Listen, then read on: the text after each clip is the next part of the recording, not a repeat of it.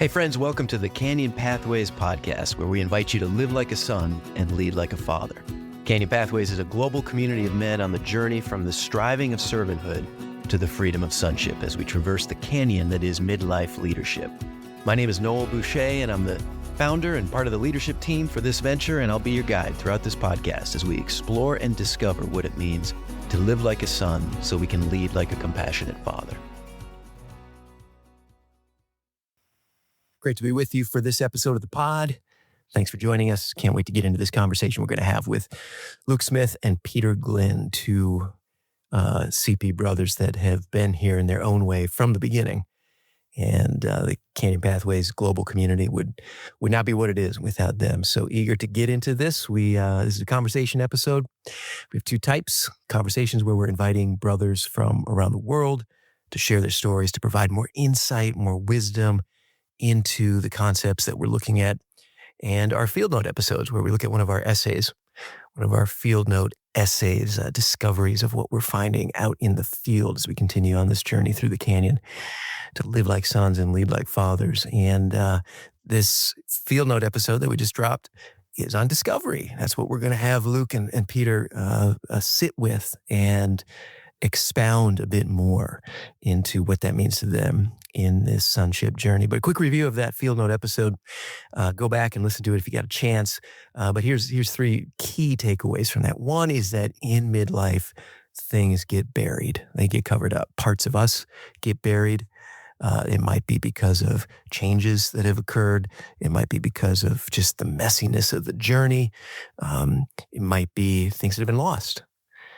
Could be things that we're hiding because of guilt about things that we've done, or shame about who we think and the lies that we believe about ourselves, that we're not a beloved son, that we have to earn our way into the Father's favor, that we have to keep striving and grinding and proving ourselves. But we're invited in this journey to step out of that, to come back to the table, to come to the Father's table and live as sons who are free. For in sonship, there is liberty. The Spirit of the Lord is the Spirit of the Father. There's liberty. The Son came to set us free. There's freedom. And so we can move through this accepting what is, and yet realize that there's parts of us that have been lost and they need to be uncovered, discovered, resurrected, as it were. And that was the second takeaway as we looked at the word, that to discover something, to move and operate in this theme of discovery, is not about finding something entirely new. It's not about inventing something that had not existed prior.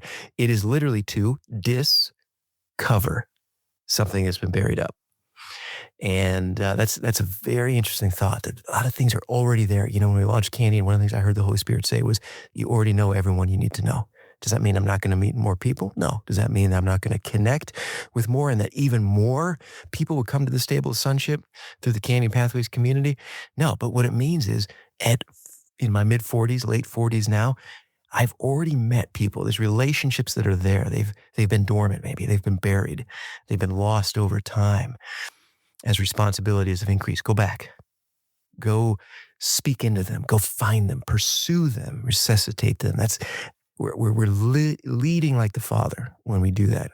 When we go out to the sons that are out there, maybe in the far country, or out dutifully in the field. That is discovery. Uncovering what's been buried. That is discovery. And so many of us are yearning for the next thing, the next rung on the ladder, the next new item, the next person, the next relationship, the next venture, the next deal, the next exit that's finally going to give us that thing. And we're trying to grasp what is new, what's not yet been encountered by us, thinking that's discovery. And yet, what is discovery? It's uncovering, it's lifting up, it's finding, digging down deep for that thing that's already there. To discover is the essence of discovery. And then we found, thirdly, that that's what the Father does. Throughout human history, we have seen this God who is creator and redeemer and says, I am a father unto you, has invited us to join him in the exercise, the endeavor of uncovering what's been buried, whether it's a relationship, whether it is a thing, an artifact, whether it's a piece of us. We see throughout the scriptural record, things get lost and buried. The ark, the word, the scrolls. Those who are yet to be resurrected, they've been buried.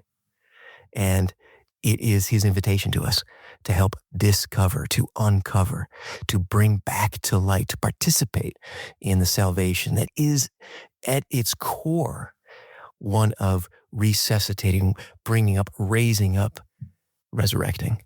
So beautiful concepts. That's discovery. That is the essence of discovery. Really, really amazing for me. It's been transformative. Everything's already there. I've already revealed to you. My son, he says in Luke 15, everything I have is yours. It's there. You don't have to keep working, striving, holding it all together, white knuckling it, falling into exhaustion and anger, and walking without mercy, without compassion, without vision. Instead, come in. All that I have is yours. Let's celebrate this brother, this one who is dead but is now alive, because he has been uncovered, discovered, once again brought back to us. Beautiful concepts. And Luke and Peter are going to dive deeper into this. So let's jump into the conversation. Here's Luke Smith, Peter Glynn, looking at this topic of discovery. Welcome to the community side of the Canyon Pathways podcast, where we're learning the language of sonship, one word at a time, through one son at a time. And today is a curtain call for Peter Glynn, a geologist and a consultant by trade, but an explorer at heart. Peter, it is great to have you on again. Great to be back, Luke. Yeah, man, I know you just returned from a massive trip that took you through Israel and Greece and England and Scotland. And what in the world were you doing? And what did you discover on that journey? All right. Well, it was a great trip. It was a long trip. I just got back last week, but had the opportunity to get back to Israel, which was very interesting. My flights out were canceled. So I was at the very beginning of the chaos that's now sort of racking people over there, but had a great couple of weeks with the guys from Canyon Pathways. Got to meet up with a lot of our brothers that had joined us on the last retreat we had over in Greece, which was fantastic, and attend a business development conference to participate and observe what God has been doing in the commercial sphere within the community. And then as well to go on to Greece and to connect and eventually, on the back end, have a little R&R, played around the golf at St. Andrews in Scotland, which was a huge treat. But some observations on that trip that jumped out to me were, we've been doing this kind of journey of sonship and trying to explore what that means in our lives, walking as believers. And for me, it really is a story about identity at its core. And it was very interesting, even at the business development conference that was at the Israel Business Forum. The topic of identity, loomed large, as well as sonship and what that means. So we got to share on a panel a bit of it. But what struck me was that the concept is resonating even outside of our circles, which was very interesting. And then was able to gather with our amazing producers, Jake and Gabby, as well as many others over there. And everyone showed up. And in Israel, if you have an agenda and a schedule, you're in trouble, right? Because it's never going to happen. But this time, literally, every single thing went down like clockwork. So that was a sure sign of God's hand on the purpose behind what we're doing. And we had a chance to encourage guys, get together, share meals, reconnect with latest events since we last got together. But what really struck me with that was, again, the authenticity and the genuineness and the enthusiasm that permeates our community. And that's true in Greece as well. So I think this whole conversation does strike a chord with people, as well as kind of the ethos that we embody to kind of hang it out there and walk this journey, not teach, not specifically instruct or guide, but to experience together what the Spirit wants to do in our lives. So that was really, really encouraging. A month goes by very, very quickly, but I can assure you that I could have slept for 2 days when I got back, and I did. So it's good to be Awesome. back, but I'm looking forward to the next one already. Yeah, and if you're new to the Cane Pathways world here, we have a simple slogan that we live like sons to lead like fathers, and those are both identity statements, and so much of our life is built around that. Coming off of our field note, Peter, Nola's talking about this word, and it's our special word today on discovery, and that's where I just want to start right now. Is what is discovery to you, and is there anything that particularly jumped out from Noel's field note that caught your eye today?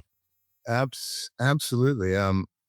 First, I guess the first thing that jumps out to me is discovery is only half of a whole, right? It's really the end state of a process that also involves exploration. So you can't have discovery without exploration. So really, there are two poles of one concept: the exploration discovery paradigm, if you want to call it that. Um, and as we kind of prepped for this discussion, and I was thinking back about what this concept means to me in my life, it's pretty fundamental. Um, in fact, I actually think the process of exploring, discovering is fundamental to our humanity. God created us this way to seek and to encounter reality, truth. That it's a process by which we find truth, right? So truth is also fundamental to the process of exploring and discovering. What we're discovering is reality. We're discovering truth. Another thing that jumps out to me about this process, and we're going to go through some examples of this later, like some anecdotes and maybe tease out some questions, but that it's actually intentional and it's active. It's not primarily a passive endeavor. People kind of have this image of Isaac Newton sitting under the apple tree and having the apple fall on his head and like, dang, I just discovered gravity.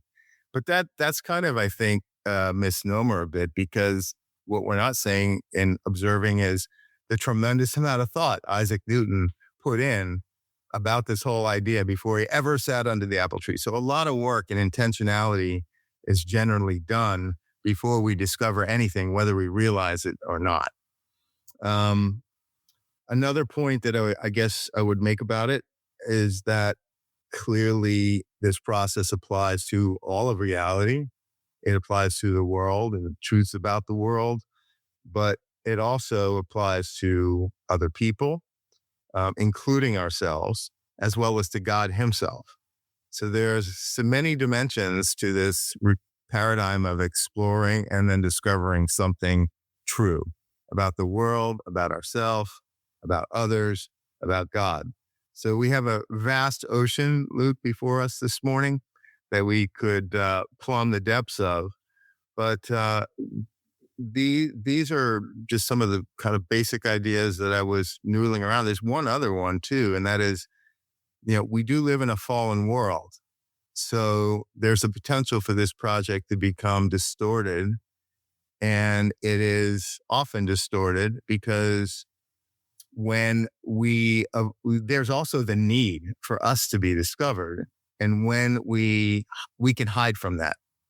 So there's this element in which we avoid the discovery of truth. We avoid the discovery of truth about the world, ourselves, others, even about God, and we hide. And that's another whole dimension that we could talk about, but it's a result of the fact that we live in a broken and fallen world. So those are a few thoughts maybe to tee it up. Another one is actually that discovery is not just an idea, it's a commandment. Jesus himself commanded, God commanded us to engage in this process. He said, seek, an imperative command, and you shall find. Another way to say that is explore and you will discover. And what will you discover? Maybe some of these things we've been talking about, what the truth is about ourselves, our world, other people, about God himself.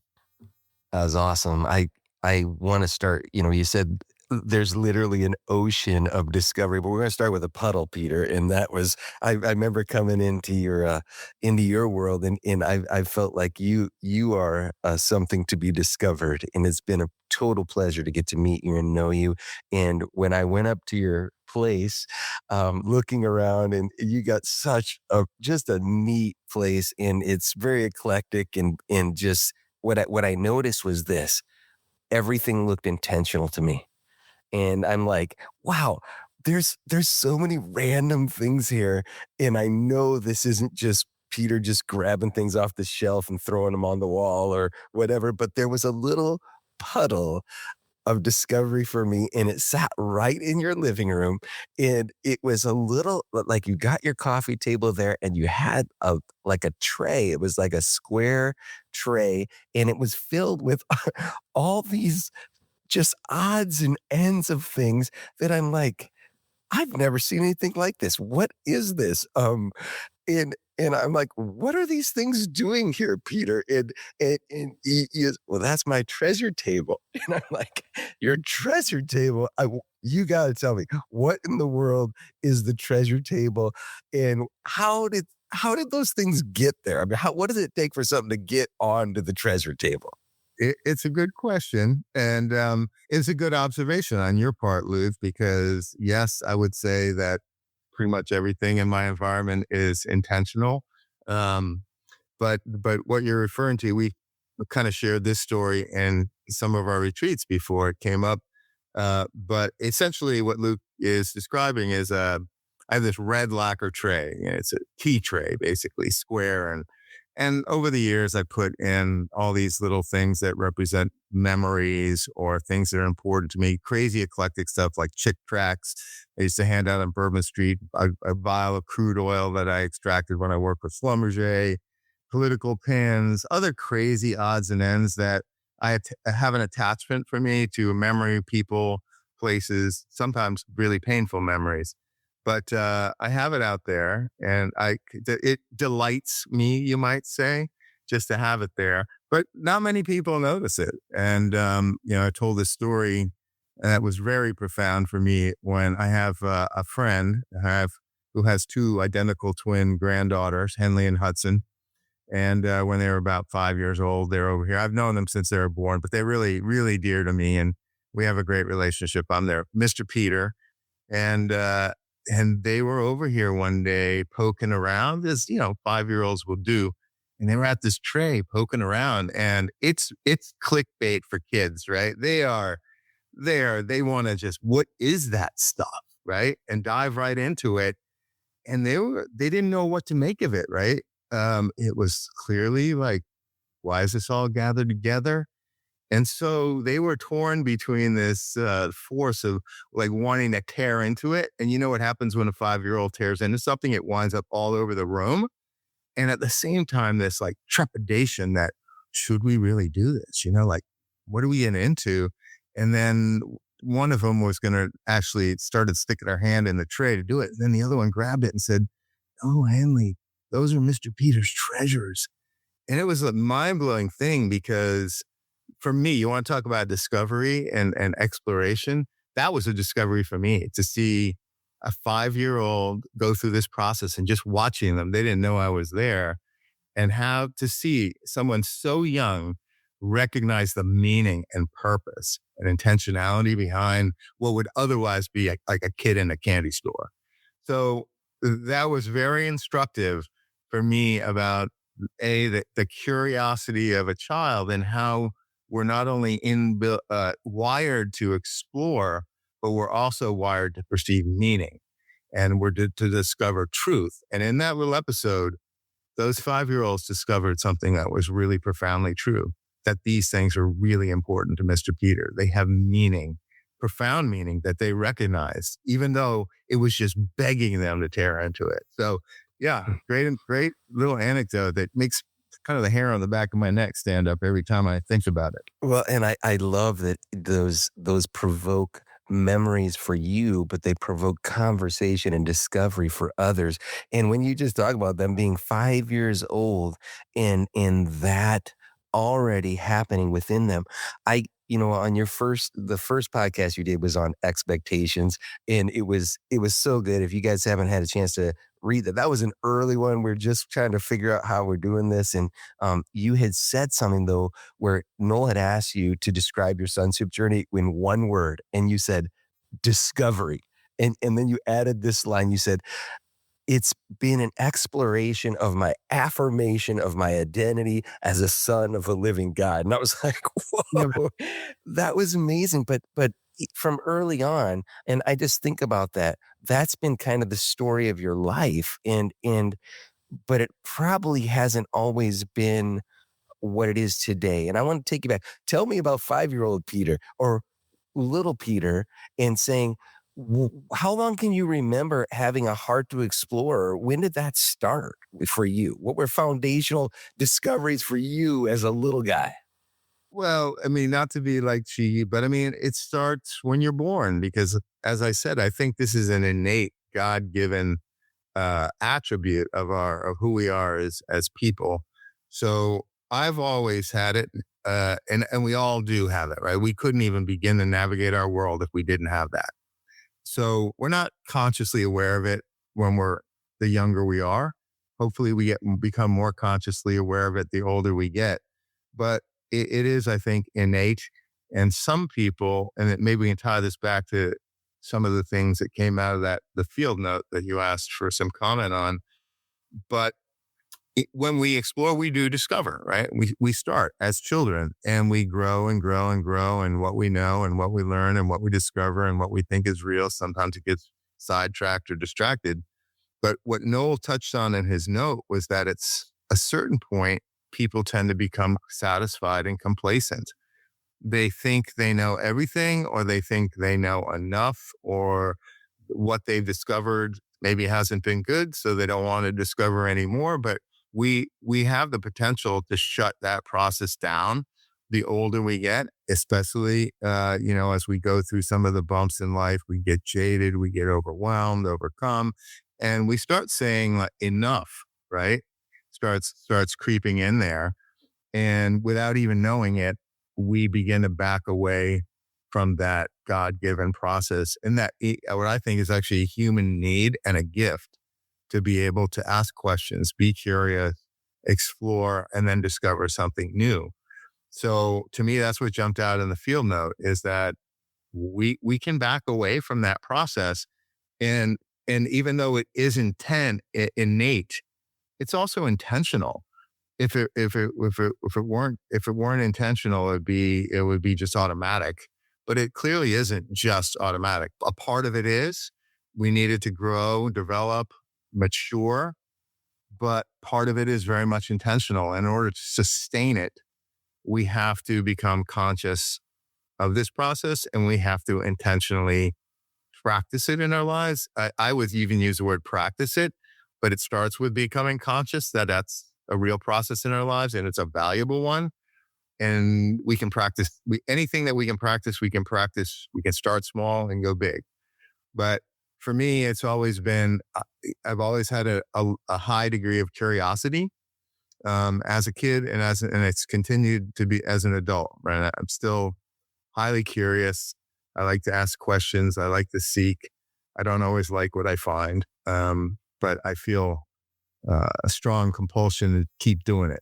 Yeah, in the midst of all that stuff that was going on, Peter, you're growing up, and I know at some point, you are literally taken to private school away from your family, and that's an exploration on its own. And in the midst of the adventures that you're having and the life that you're discovering, just in that whole process, where was God in that? I'm just thinking about making sense of life without maybe that clear instruction on about who he is, like you know today. What were you discovering about life and God? Um, Interesting question, because I mean, I didn't really come to be a believer until my sophomore year in college. So it's hard to say what was I discovering about God in those earlier days. Safe to say, which I think many believers will agree with, that I didn't find God. God found me, and God had been exploring for me probably from the day I was conceived in his mind. But I've always felt like he was always there. In looking back in retrospect, never let me go, was working in the circumstances of my life, but I had not discovered him by any means until, later in my life. But there are some, when I look back, so I'm looking back on it as a reflection, but I had a pretty, traumatic, I would say, in early life. And my family situation was divorce situation, but it was very traumatic for the entire family. And those traumas have caused a lot of damage in my family, even up to the present day. So I was in a cauldron of sort of traumatic experience. But knowing what I do know now, clearly God was directing, protecting, nurturing, healing in ways I had no perception of at the time. So I think what comes out of that for me is God is an explorer. He seeks us. He's seeking us, right? That we may discover him. So the process begins with him. He's creative. And, we go, wow, God knows everything. What is beyond his knowledge? What is there for him to discover?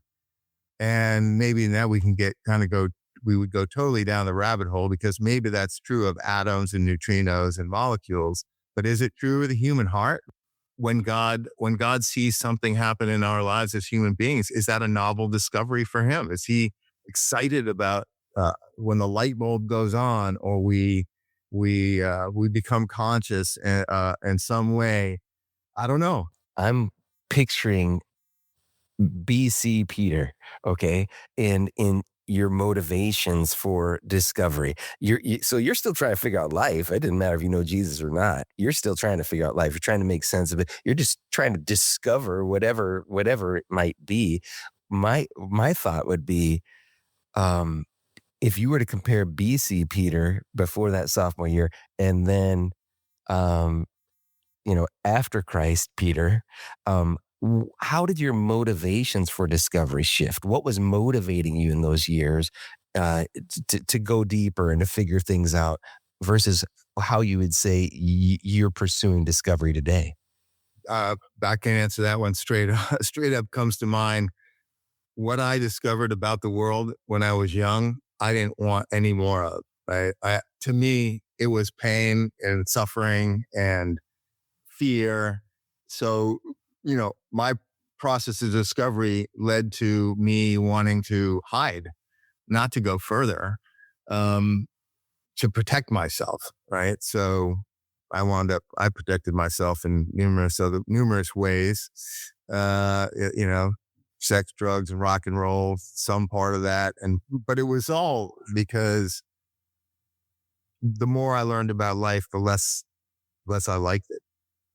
And so that's a dramatic contrast, black and white, to where I am today, as a 60-plus-year-old guy and a believer.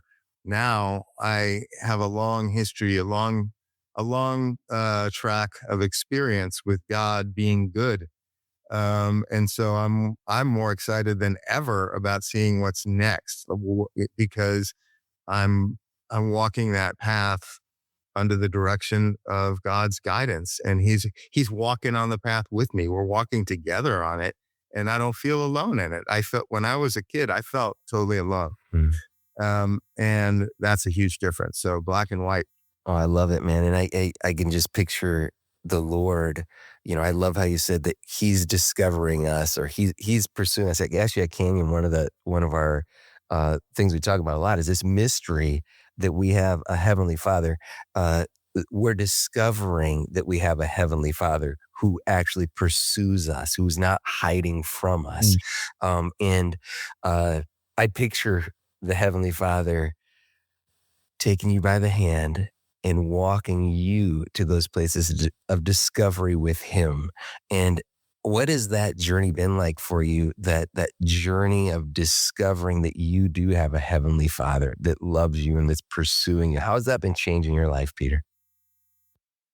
I think well, first of all, I would say that, just, like I said, I think I have a innate sort of spike in terms of curiosity naturally. And that in those early part of my life, my teen years, early adolescence, up into college, there was a tendency to just, I don't know what I don't really like what I'm discovering, right, about the world, about myself, about other people, and I never really projected that onto God, but even might have had some suspicion there too, right? But now, I did move into a place where maybe it's just maturity, where I just enjoy the process, right? Even in spite of, not, I wouldn't even put it in before God or prior to or after God terms, but just in terms of maturity. The more latitude you get in life, the more, sort of space and freedom you have to operate and move. Maybe that looks like, well, I didn't have any money except for what I got from my paper route. Now I have a job and I can do a few more things, or I might have a chunk of time. I can do more things. You get more latitude to operate generally as you go through life. I enjoy the process. So I continue to do numbers of adventures all over the place.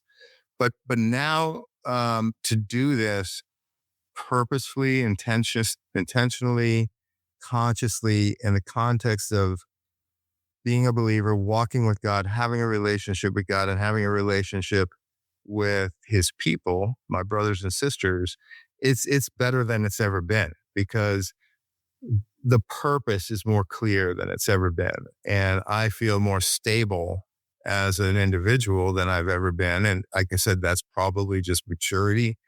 But I love being able to go out, in particular, explore this whole thing with Canyon Pathways, with these guys around the world, pulling in all of the experiences I had from life, all of my adventures, seeing them intersect in crazy ways all over again, and being able to share the insights, the learnings, the strength that have accrued as a result of engaging in that process for, I don't know, 50 plus years now. I love it, man. And I just keep picturing little Peter all the way to big Peter, hand in hand with the Father and saying, let's go to the next place. Um, and I do think that discovery takes place in places. And it's interesting. Noel had given you that word, your canyon word. And if you haven't been to a canyon retreat yet, we get a word given to us as a gift that helps us to see where God might be working in our life for this season. And yours was land. And it's true. Discovery does take place somewhere. I think about in the Bible, the young King Josiah, um, coming into the temple, having people scouring around. He's cleaning up Israel and the culture and everything, even as a young king. And in that place, they discovered the parchment of the law. Mm-hmm. And it was just incredible of what revelation that brought to Josiah and then to the whole nation. And that was in a specific place. Now you have traveled. You've been in over 90 plus countries, and as you've been journeying with the Lord, some of that stuff was for pleasure. Some of that stuff was literally seeking the Lord on mission. Some of that was business and saying, I'm making connections, and God just opening doors to relationships. But if you were to pick out your top, most significant places that you've made discoveries around the world, what would be maybe like your top 3 places that you'd say, these places were crazy what I discovered there? Yeah.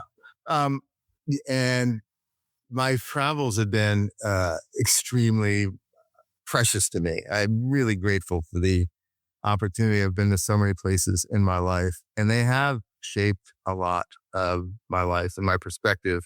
I sometimes think I'm only half American because I've traveled so much, half of my life, it seems like. But foundational places for me were England, where I went. I took a year during college. Did a year abroad from left Duke and went to Bristol University for a year, and that was right around the time that I was just had come to faith, my sophomore year in college. So my experiences in England were the first ones really I had out of the country. Just as a new believer, it was a great adventure, and as a result, I continue to be connected to England, and I go back every year, and I have friends there still, and I've maintained for 40 years almost now, more than 40 years. So that was my first experience outside the environment in the United States, and had a pretty deep impact. The other one, I would say, is Israel, because I wound up kind of as a result of a spring break. My year in England wound up in a crazy trip to Israel. And if we started getting into stories, Luke, I think we'd blow through 2 hours, easy. But I found my way. I was in Israel, a new believer with some crazy people on a ship that we had just boarded in Greece, and just on a lark decided to keep going across the Mediterranean. And that was my first encounter with Israel. I was actually baptized in the Sea of Galilee, not your tour bus baptism. This was just like on a remote stretch of beach with a couple of people and a few Israeli soldiers watching with like befuddlement and curiosity what these weird people were doing. And then that stuck with me, because as a believer, as a new believer, and as I would read the Bible or educate myself in the scriptures, it was very much burned into my brain in a context specific way. So I started relating to the scriptures through the lens of Israel, because here I am, brand new believer. This is where Jesus lived, walked, who he was, for his people, from his language. So everything from the very beginning of my Christian walk was tied together in this context of the land of Israel, of a Jewish context, which I'm really, really grateful for, because over the years, I have not found the bottom of the riches to be mined by having that context.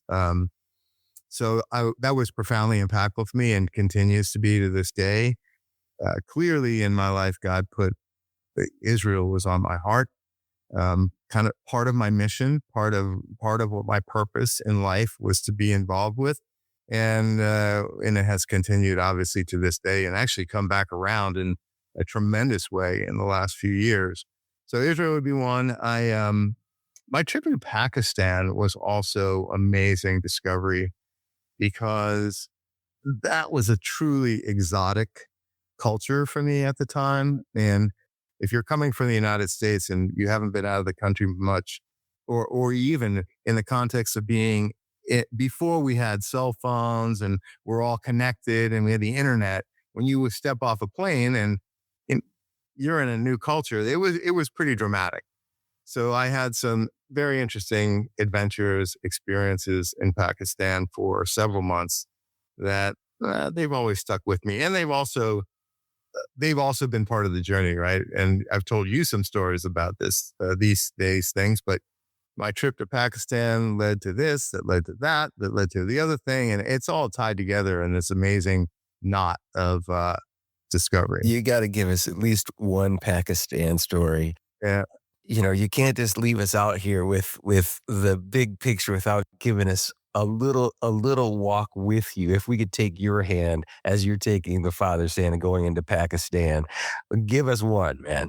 Okay. So I'll tell a couple of quick stories, and because we have Jake editing, I won't worry about, I'll just tell him and he can edit. But it's illustrative of, I want to say illustrative of the fact that when you step out, you open up the realm of all kinds of possibilities that you would not have if you just didn't step out. I used to have this lamp that a very nice lamp with a shade that I had painted or whatever, illustrated myself. It went in the fire, but it was this big word yes on it. I called it my yes lamp, right? Because the light comes through saying yes. and moving out and actually doing something. So in Pakistan, I have a friend, Tim, who I worked with at Schlumberger, and I wound up going as I left Schlumberger to return to the United States to spend some time with him in Pakistan. And it was the beginning of a huge 3-month journey in Pakistan. But on the last bit of it, his father-in-law ran the Aga Khan Foundation Rural Support Program, which is a big Ismaili Muslim organization. And so we were going to go spend a week at the Aga Khan Foundation's compound in Gilgit. Basalt building, old school Rudyard Kipling-esque on a river that runs through Gilgit in Pakistan. And we did. And we spent a week taking ice cold showers, from water from the river, because there was no hot water and no heat.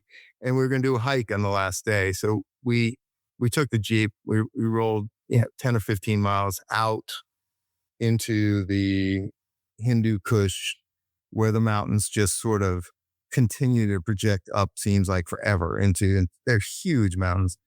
And then we got out and started hiking. We hiked about 5 miles up this riverbed, and halfway up had a very narrow gorge, maybe 150 yards wide, with a stream running down the middle of it. We had passed these 2 Afghan guys, warrior-looking guys with these big long coats, really bulky, on one side of this creek. Then we passed them on the inside and went up ahead of them and got around another curve. And there's nobody here, right? It's not like a trail. Like you don't expect to see anybody, much less a couple of guys like this. And we got around the next curve and started hearing pistol fire. And that was kind of disturbing. And then we heard rifle fire. And then we heard full-on automatic machine gun fire. And at this point, I'm looking at my friend going, hey, what's up? Because this does not seem cool to me. And it doesn't seem cool to him either. And we were kind of freaked out by it. And we kind of made our way back around a little bit backtrack. And we saw those 2 guys we passed up crouching behind a boulder with AK-47 sticking up in the air and like bandoliers of bullets they had under their coat, all this munitions and weapons.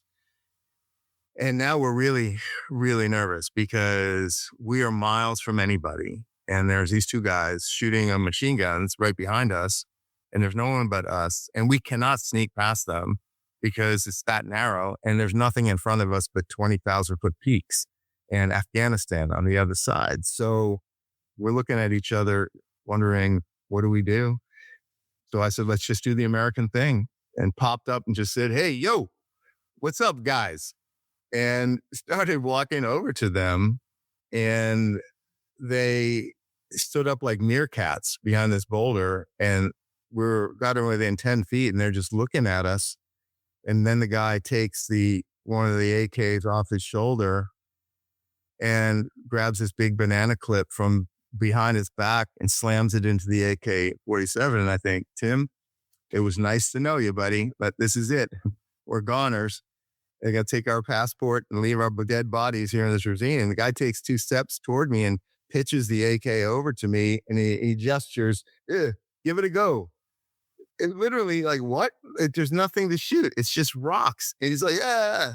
So I, pull the trigger, and Tim gets this picture of me with the shell casings flying out of the AK on full automatic, spraying the cliffs. And these guys are going berserk, clapping and yay. It turns out that these were just 2 good old boys from Afghanistan, if you will, who had hiked up to China to buy some new weapons and some bullets. And that's what they do over there. And they were bringing it back and having some fun. So I got a picture of me doing this. Now, part B of the story, fast forward about a year and a half, I'm in business school in South Carolina. And I see this notice on the board, J. Fred Hamlin International Fellowship, big grandiose title, grant, $2,000. To qualify, you had to have been on at least 25 countries on 5 different continents. And all you had to do was write an essay about an international experience. I was in an international business school at the time. So I wrote up this story, and I didn't think they'd believe it. So I slapped a picture of me with the bullets flying out of that thing. Lo and behold, I win. I win the J. Fred Hamlin International Grant Fellowship Award. I'm like, amazing, $2,000, man, a full grant, no strings attached. That was nice. So I wrote a letter to Mr. Hamblin. I figured an old and distinguished alumni, and that was it. I went about, 6 months later, I was on my internship in Italy, and I get an email reply from Mr. Hamblin. I'm like, oh, dear Mr. P.H. Glynn, I'm writing to commend you for the accomplishment of having received the fellowship award, and furthermore, to commend you for having been the first recipient to ever write and say thank you. Wow. Okay. Wow. People say thank you. I can't imagine that. Right. So he said, in view of this, I understand you're on an internship in Milan, Italy, and I currently reside in Zurich, Switzerland, and I'd like to invite you for an all expense paid weekend to meet you, my new recipient. I'm like, great. Okay. So fantastic. So a week later, I'm on the train from Milan to Zurich. And as I'm going, I'm starting to think, there's some things about this that just don't feel right to me. And I don't know, who is this guy and why am I going here exactly?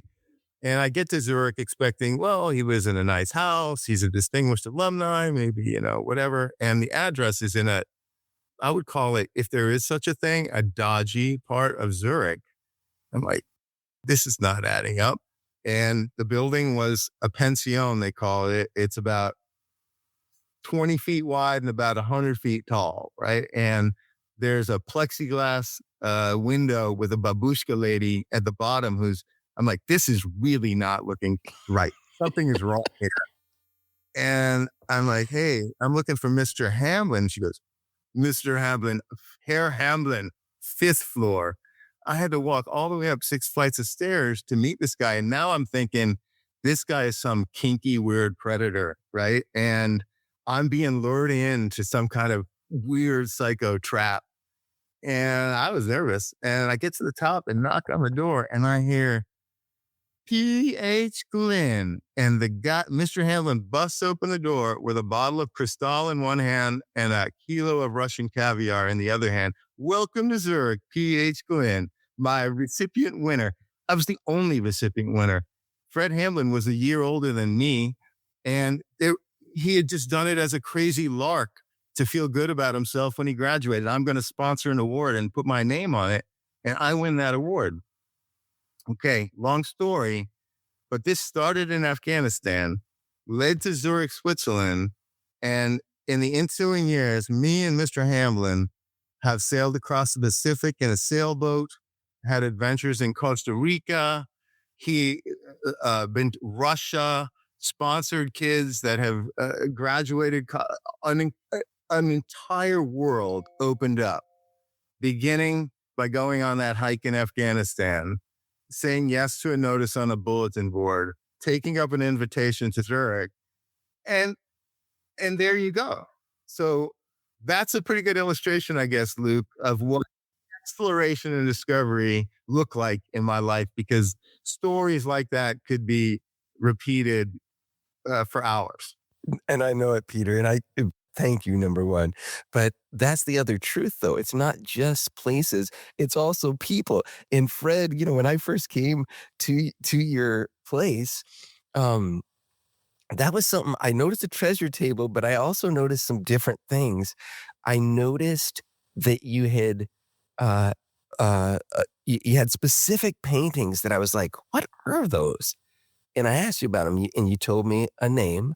And then I heard you also always talking about another guy that you'd felt like was really formative in your spirituality. And I'm like, that's interesting. But then you'd also told me about Fred, and you said I was going to meet Fred. And I remember Fred bursting through the door larger than life. He's a big man, and just came in wild. And we had a wonderful time getting to know him. And he has been a treasure to you.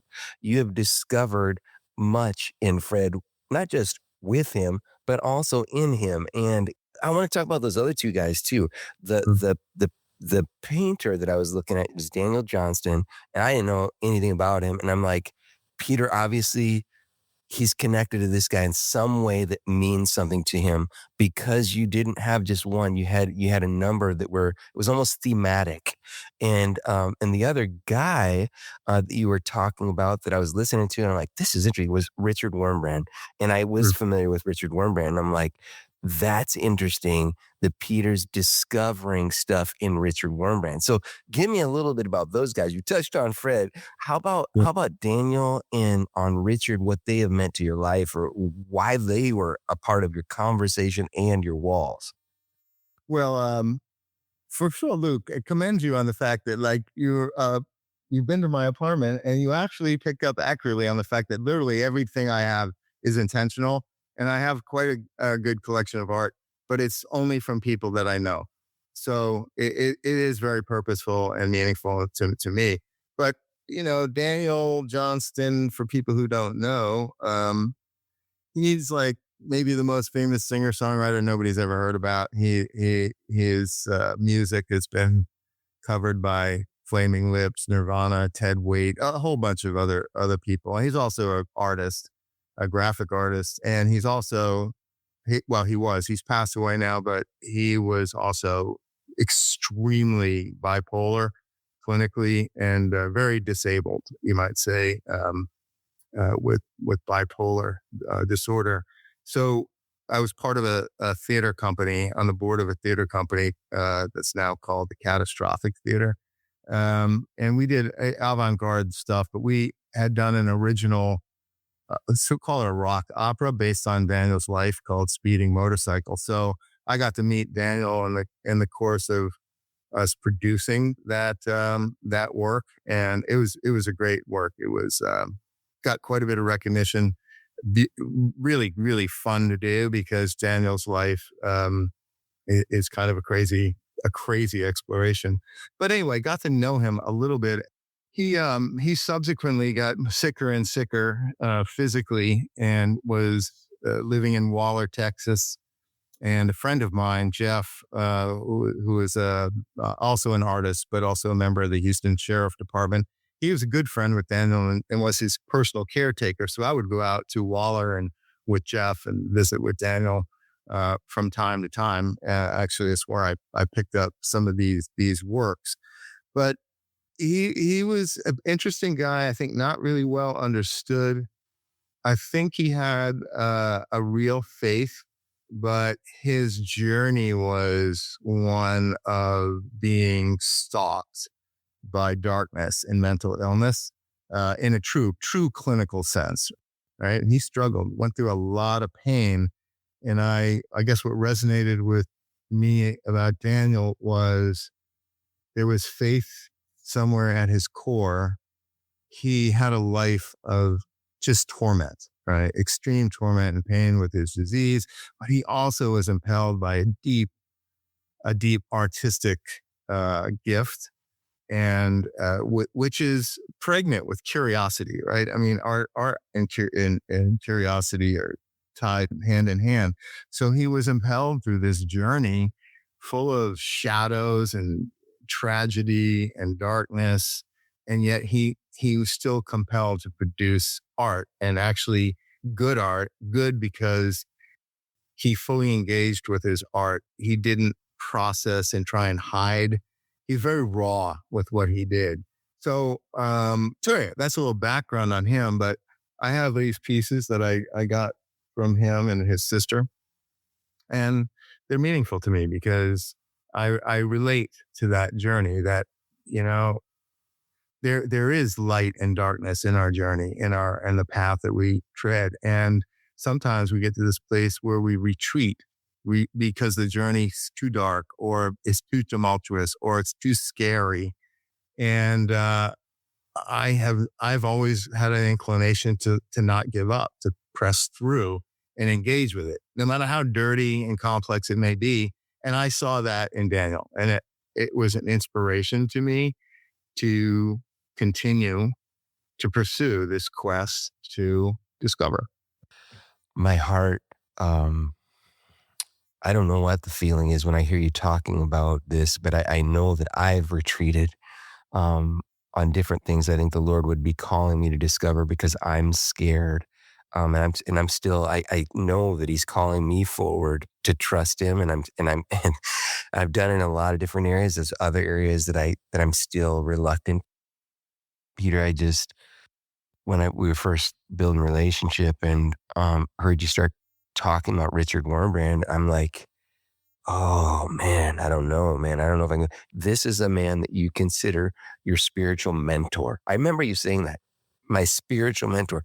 Here's a man who had suffered so tremendously, in prison for 14 years, much of that in isolation, tortured brutally, and then coming out of that, um, just full of Jesus, full of life, full of light, coming out of darkness, full of life. He had discovered the reality of Jesus Christ in isolation, 30 feet underground.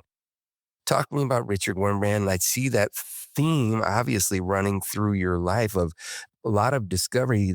The greatest discovery has involved pain and suffering. And I don't know if we like to hear that, but it, for you, it's like you're engaging with it, you're embracing it, you're finding life in it. Why Richard Wurmbrand, man? Well, again, I want to go back to, because the common thread of these things, since we're talking about discovery, for me, for sure, and um, I would venture to say that this is foundationally true, that discovery is a result. It's a result of a process of searching for truth and then finding truth, discovering truth. It's about truth and reality, right? What's real. So all of these stories are important to me, whether it's the red table and seeing the twins find something there, whether it's about meeting Fred Hamblin and the journeys that I've had with him, or about Daniel Johnson, or any number of things. They're important to me because they've led me to a greater awareness of truth, something true about the world, people, places, others, God, myself, right? So Richard Wurmbrand, I met him back in, when was it? Early 80s, I guess. He had come to speak at a church in New Orleans and was very impressed by his testimony and he was an intellectual giant. I think spoke 14 languages, was by ethnically, it was Orthodox Jewish on both sides of his family going back multiple generations. So having been to Israel as a new believer and been inculcated a bit into a messianic context in my early faith, that was interesting to me.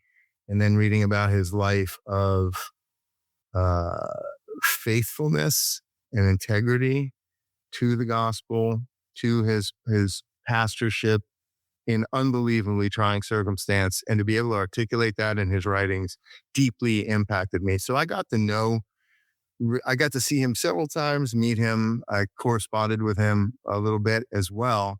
But just through that, his writings and some of those initial encounters I had with him, he really has impacted me a great deal as an example of what it means to find somebody out there who in my spirit resonates as truly reflecting Christ, walking as he did. For me, especially, it had to do with his competency as well, too, because not only did his life show incredible sanctification, moral refinement, ethical, spiritual refinement and depth, but he was also an intellectual giant.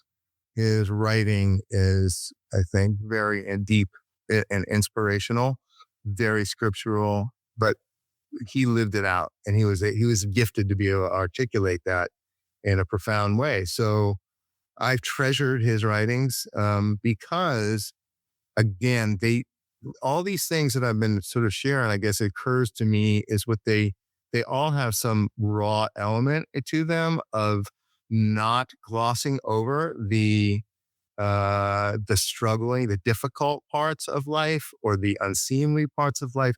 They're brutally honest in terms of truth. And again, I think truth is the process of discovery is to find truth. So I like it when people are true about everything.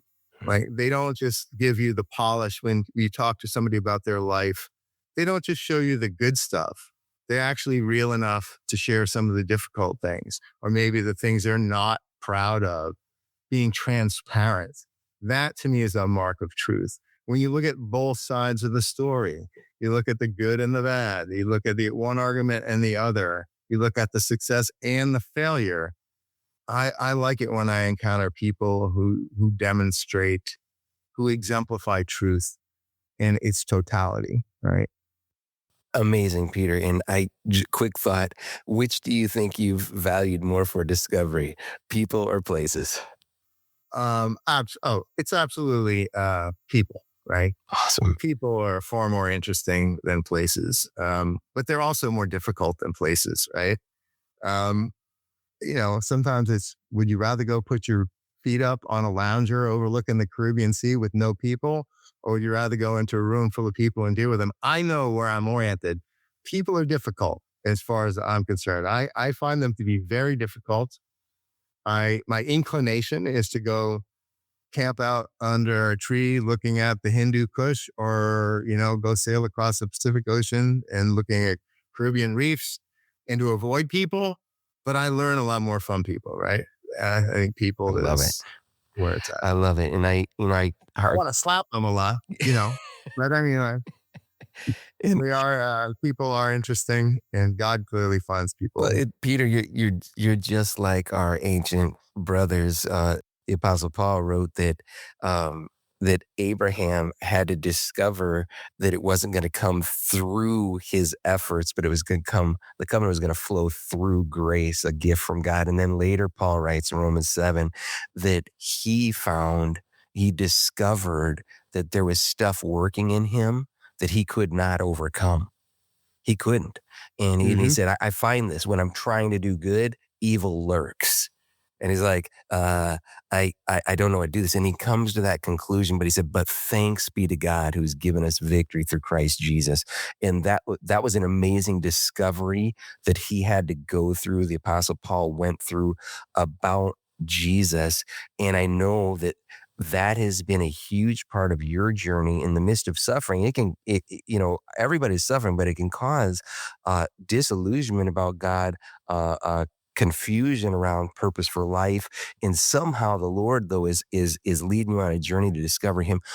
Talk to me about that simple idea, Peter, of the role of grace in your life. And because in sonship, we're just talking primarily, it's about resting and receiving. And this is a discovery for any of us that have been raised in religious circles, religious cultures. And you're talking about, well, yours was later. And so you're coming from a little bit different perspective, but even it doesn't take long to become religious. It doesn't take long to discover the traps. Instead of pursuing grace and freedom in Jesus Christ, we start proving and earning and striving and building and walking towards the ledge of our own demise, our spiritual demise. And what has that journey been like for you of learning to just rest and receive the grace of God, dealing with your own humanness, your own brokenness, and not living under condemnation and guilt? That is a great question, man. We could devote another hour just to this question, I think, Luke. But I think you're right. I know exactly what you're talking about, as I've over the years met people who've come from many different backgrounds of faith. Some have grown up in religious families. Some have grown up as a pastor's kid. I didn't. I came completely not from a religious context. And I would think it's natural for people. I think it's just human to want to be safe, right? To have things to be known, laid out, secure, and then to validate that by saying that it's the things that we win at that prove we're doing the right thing. We're on the right track. So very focused on, disproportionately validating and esteeming the wins, and then keeping things safe and responsible, whatever. And that's good. But it is only one side of the experience in life. And the reality is, although we downplay it, we all experience failure. We experience loss. We experience tragedy, trauma. We all put ourselves into it sometimes, and sometimes it happens to us. but it's just as real. And I would say the tendency is to back away from the things that potentially have the risk of loss, right? Or ruin or something else like that, and to focus on the other thing. But I personally have learned more through my traumas, my failures, my aborted explorations, the ones that have led down a dark canyon or a wrong alley. I've learned just as much from those things as I have from any wins I've ever had. And so it goes back to your question of grace. So why would you do that? Why would you take the risk of being wrong, right? In the process of seeking truth or exploring. And I would say because we're made to question. God doesn't make life riskless. And if we back away from taking risks, we also lose the reward that come from taking risks. And it can end in ruin, right? There are risks you can take that can be disastrous. But this goes back to this concept of grace, right? That I've always felt like God had his hand on my life. And I look back on it and I can say without hesitation that I didn't keep myself on any path or track to get to where I am today. God kept me there. God kept me there when I was struggling and running away and moving the opposite direction. So it's a mystery that I don't have the answer to by any stretch of the imagination, but I do know that it's not me who's held on to God. It's God who's held on to me, even in the midst of, explorations in the wrong direction. So I can't explain that. I just think it's a function of who God is and what it means to be a believer. And this is also an enigma for me, right? Because I don't understand very well kind of religious people, right? I don't understand or comprehend the notion that somehow by just doing the right things all the time, we can be good. We're good with God. It's a completely foreign concept to me. I just know that God, the reason why I've learned to do more of the right things for God is not because they're things I'm supposed to do, but because I love him. I actually love him. I love him. And the more I get to know him, the more I want to please him and just do things in fellowship with him. And it's not really has to do for me about commandments to do this or that, the other thing. And I really believe God, he smiles when he says, man, I did kind of make you to be an explorer. And I've walked with you through a lot of those explorations, and I've kept you, there was a hidden hand, right? Keeping me from disaster so many times. But I almost feel like he says, I want you to put that to work now. Keep being an explorer, but now you have a compass. And now you have a GPS. You've got tools in your toolkit now to where you can direct those explorations in maybe a more fruitful and productive way. So I don't know that answers the question or is a rabbit hole. No, it's beautiful. And I just picture you with that compass in your hand, Peter, and it leads me right into the idea of, we want to take that message to other men.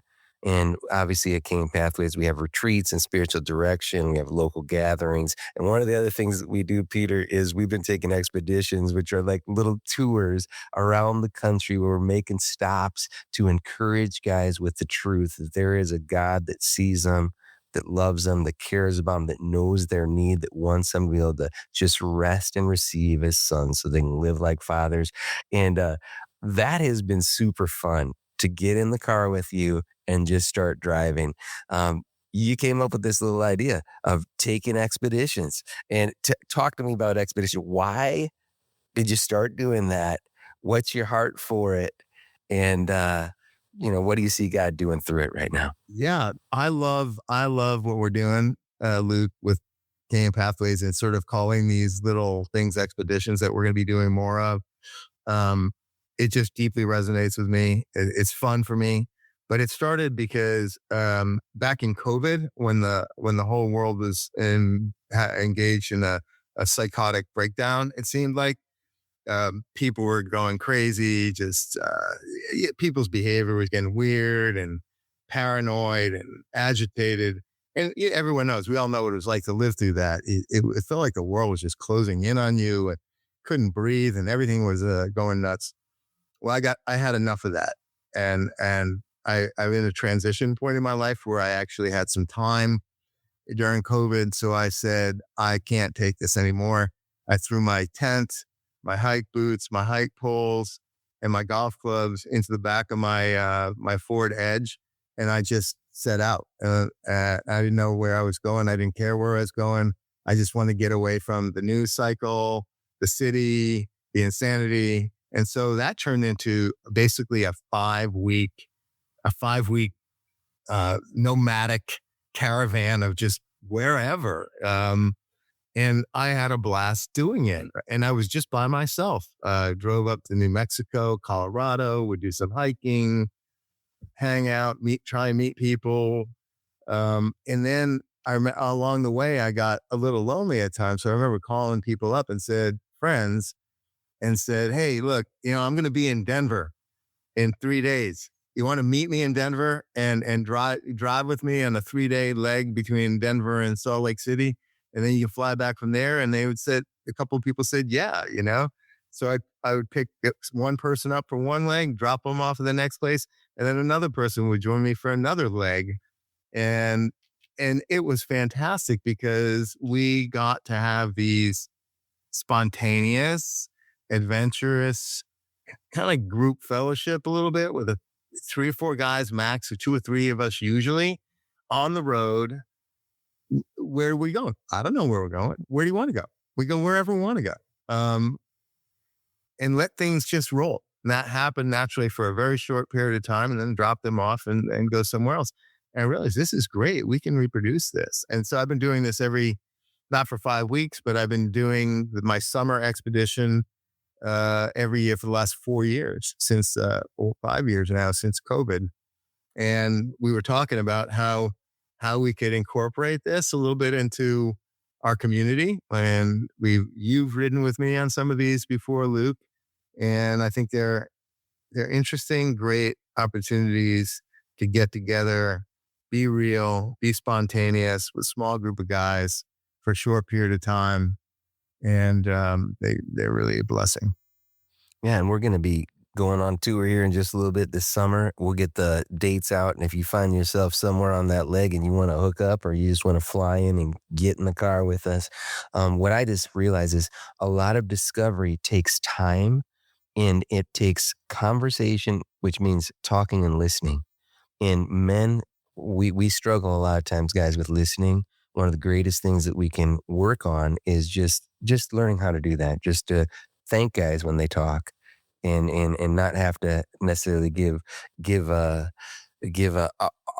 version of that, that story redone in a way that would make us feel bigger or continue to, one up somebody, but instead just thanking, acknowledging, discovering how God's working in your lives, finding gratitude in those places that, man, along in the car, you end up hearing stories. On a hike, you end up hearing stories. And it has been fun. I look forward to that, Peter. We know we got in the field note, Noel had mentioned the idea that it's true that on the journey, there's things, and you mentioned the word hiding, but he used the word burying. He said there's things that we will intentionally bury that we actually have to come back to discover again, to rediscover. And he's talked about that. Rediscovering sonship is one of our main goals for Canyon Pathways. And so I'd love you to talk to the men right now, Peter, about things that you think are common for men to bury, that you'd say, we need to dig in. We need to rediscover this if we're going to move forward as men of God, as peacemakers. What are your thoughts, man? Things that need to be dug up in the best of ways, or explored in a healthy way, maybe, right? Like we see this. It's more common than people realize. We see it all the time with guys. Is we have expectations of ourselves, right? And as we go through life, we find out that we don't need all those expectations. Sometimes we have flaws in our life that are persistent or even toxic or pathological. So I think we're always trying to hide. We tend to try and hide our failures, where we're falling short, or our doubts or our insecurities. And it's amazing why when you get a really healthy, interesting group of guys together in a healthy dynamic, there's an opportunity to discuss those things in a guy kind of way that I find to be very healthy and encouraging. But yeah, we live in a culture, right, that projects expectations onto us in profoundly powerful ways. I don't think we realize how bombarded we are every single day with messaging, whether it's through the internet, through our phone, through a million different channels, a message and a narrative about what the world says we should be like, and how much that can influence us, right? The big issues for guys are success, this notion that what does it mean to be successful? People will say, I don't feel like I'm as successful as I should be. They have standards of success, which are completely artificial sometimes, and then amplified through media and culture to unrealistic levels that make success the end goal in itself, right? And that's an idolatrous, right? It's not the way God works in success. So redefining again what success is in a guy's life, whether they be in their family, in their job, or whatever, is important aspect of the discussions that come up a lot at our KM Pathways meetings and gatherings. Sexual purity, right, is huge. I mean, whether it's pornography or other forms of sexualization, it is rampant and completely off the rails, toxic and pathological in our day and age, is another huge area that guys tend to hide. They don't want people to really know where they're failing. Don't want, so success there, relational issues. We all have our insecurities, right? And we're encouraged to bury those things, to not talk about them, to not be authentic with it. So basically, I think one, what was it? Somebody said, I don't know if it was Richard Wurmbrand actually that said something like, humans are like icebergs, right? You only see a tip above the surface, right? The majority is underneath the surface.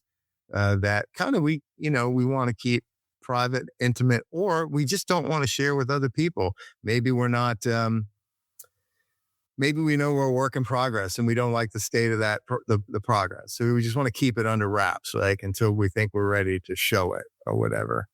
But we do hide a lot of stuff. And I think becoming healthy, some stuff should be private, right?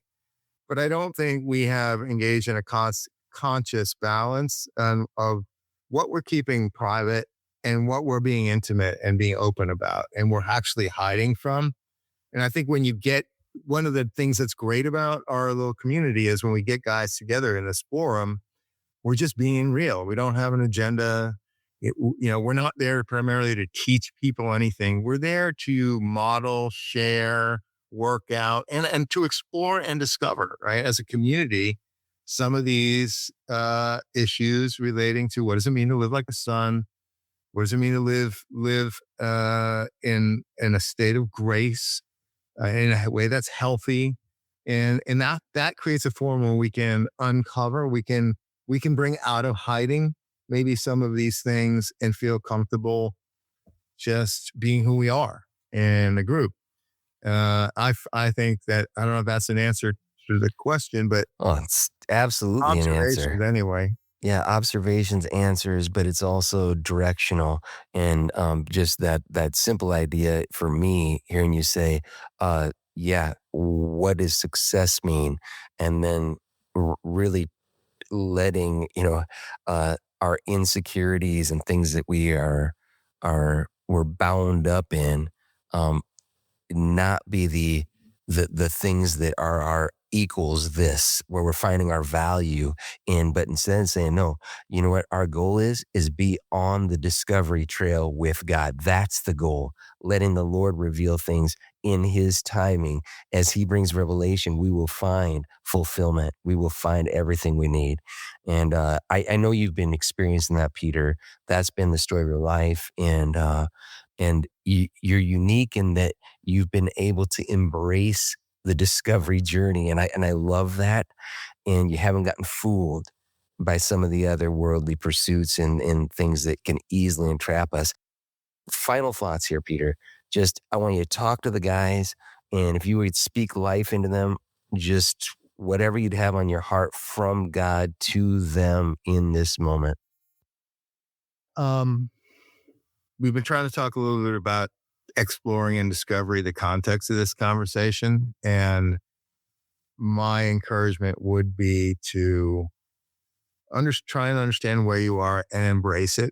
Embrace discovery, embrace exploration. Don't be afraid of what you may find. That process is designed by God to lead us to truth.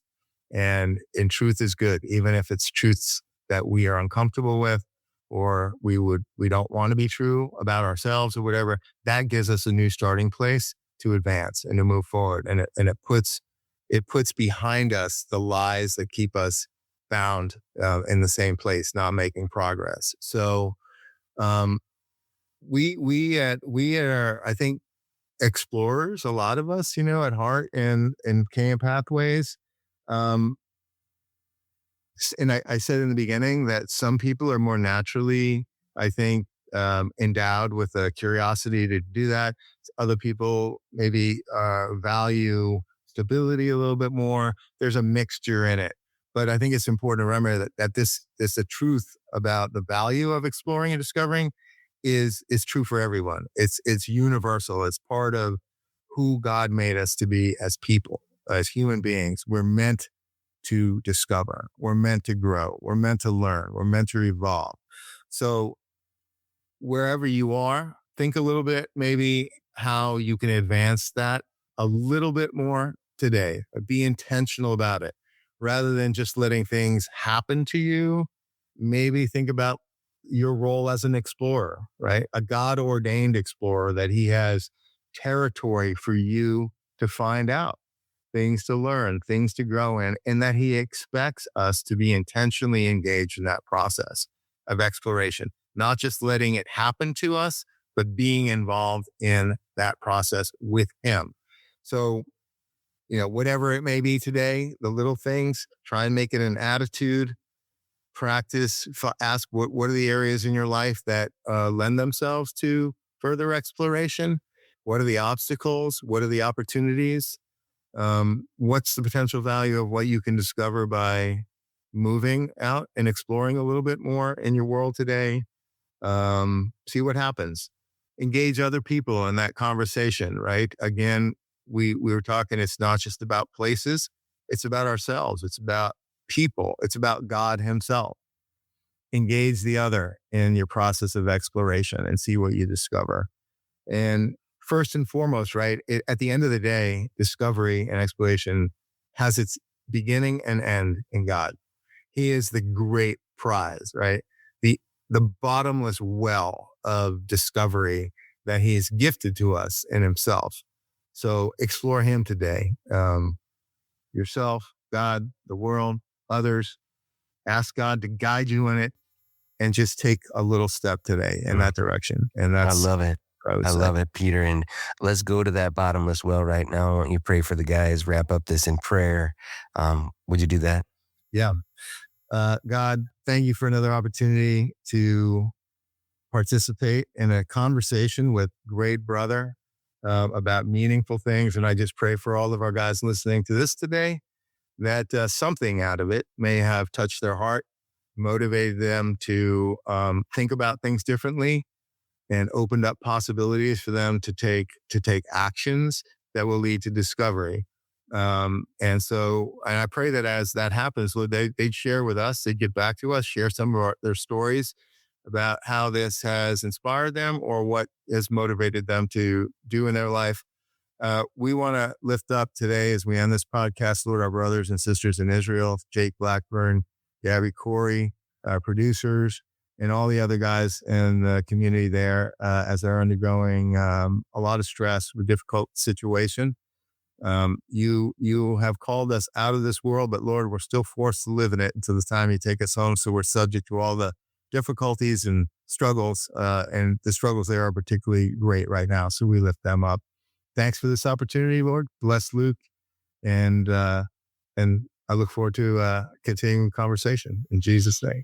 Amen. Thank you, Peter. And guys, I want to challenge us all today to continue just to pursue discovery of God, of yourself, of others, and just be thinking about, your treasure table. If you were to pull out those things that you don't want to forget, that you want to remember and you want to dig deeper in and you want to have stories about, man, don't wait another day. Let's start gathering those things up and let other people discover more and more about God through us. Encourage you guys, take a moment, you get a chance, check out our website, canaanpathways.org. Get on our list so you can get some weekly input from Noel. Excellent on the Monday meditations where we're unpacking words on a regular basis, and consider a retreat or a gathering. Thank you guys so much for joining us today. God bless you. Until next time. Friends, hope you enjoyed that conversation between Luke and Peter as much as I did. Just some incredible insights. I loved what Peter said about really this juxtaposition between discovery and hiding. That discovery is a process. It is an endeavor that we're invited into as sons, and it requires exploration, and yet we fall back so many times in life into living like a servant in a hired hand and hiding, whether it's out of guilt, shame, or just a misunderstanding of who this father is. Reminds me of Matthew 25, the one servant who was afraid hid the talent instead of going into a process of discovery where there was freedom, where there was exploration, where there was investment, where there was even an assumption of risk, knowing that this father was a good father. And it reminds me of Romans 8, falling back into the fear of servanthood instead of moving into the freedom and boldness of sonship, because all creation is waiting for us to be revealed. It's beautiful, beautiful concepts, came right out of the Convo, and man, I'm going to go back and listen to that a few more times because those are some brilliant brothers, and I'm grateful for both Luke and Peter. Check out the show notes for links, as well as a PDF with reflection questions if you'd like to use this episode for personal reflection or in small group meetings. Subscribe so you catch all of our episodes as they drop, as we continue to develop a language of sonship through this podcast. Thanks to the team at Maroon Harpoon for producing this episode, and to our donors who make this venture possible.